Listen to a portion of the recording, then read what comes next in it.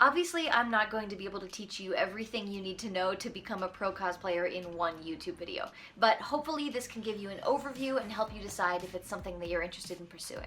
Disclaimer, I am by no means an expert on professional cosplay. I am, however, doing cosplay and content creation as my full-time job now, so I do feel at least a little qualified to speak on it. However, my experiences are not universal, so yours may be different. So what is a pro cosplayer? People use the phrase to refer to a lot of different things, but in this video, I'm going to be using it to refer to anyone who does cosplay or cosplay-related work as their full-time job.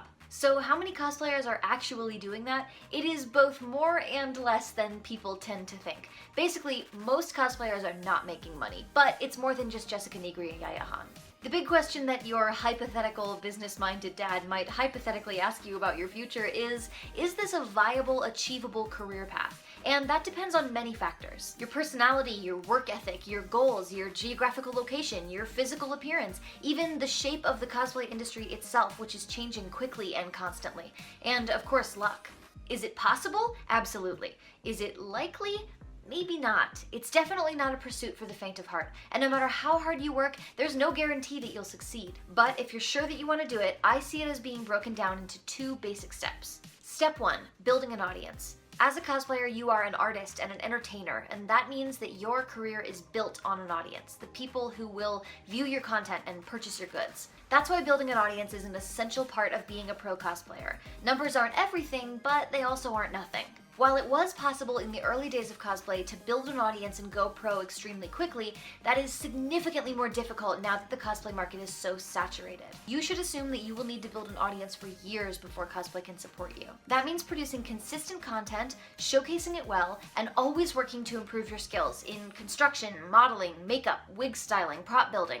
It means marketing yourself relentlessly and developing a brand and a persona that make people want to support you and support your work. For most cosplayers, this audience building will be happening on social media. Social media is the true equalizer, giving you access to people all over the world who might enjoy your work. There isn't really a hard line on how many fans you have to go pro, but I can tell you that you're unlikely to see a professional cosplayer with under, say, 10,000 fans. If you want a guest at a convention, they want to know how many people are going to buy tickets to come see you. If you want an Instagram sponsorship, they want to know how many people are going to see their advertisement. If you want to sell prints, you need people to buy prints. If you want to have a Patreon, you need people to become patrons. Your audience is how you make money as a cosplayer, which brings me to step 2, monetizing cosplay. There are a million ways to make money with cosplay. I'm going to talk you guys through a few, and I'm sure there are plenty that I have forgotten about or never even heard of.